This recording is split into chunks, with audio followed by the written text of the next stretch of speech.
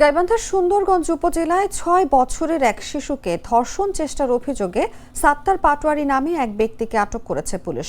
সোমবার বিকেল ৫:৩০টার দিকে উপজেলার বামনডাঙ্গা ইউনিয়নের রামদেব মিয়াজিপাড়া গ্রামের এক বাড়ি থেকে তাকে আটক করা হয়।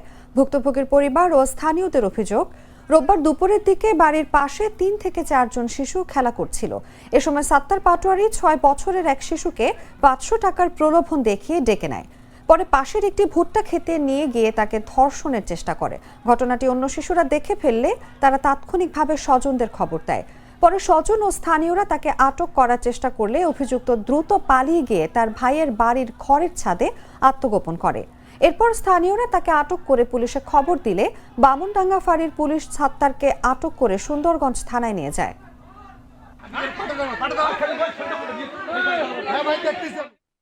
তো আমরা এখানে এসে দেখি ওই লোক, এই যে পেছনে আমাদের ভুট্টা বাড়ি দেখা যাচ্ছে, এই ভুট্টা বাড়ি থেকে এক ছোট একটু বাচ্চাকে নিয়ে এসে সেখানে রেপ করার চেষ্টা করেছে।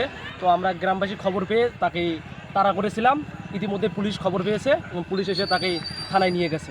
৫-৬ জন বান্ধবী আছে আমার ওই ভাতির সাথে, ছোট ছোট বান্ধবী, চুল ফেলাইছে, ওই চুল ফেলাইছে।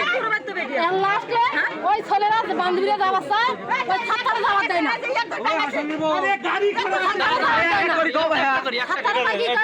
থেকে যা, আমি আর ধরবো তখন।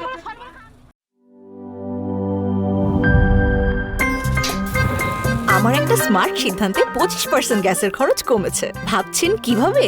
সাধারণ গ্যাস স্টোভ বদলে আমি এনেছি আরএফএল গ্যাস স্টোভ। এর সাইন্টিফিক নজল ও ব্রাস বার্নার ক্যাপ সমানভাবে তাপ ছড়িয়ে রান্না করে দ্রুত।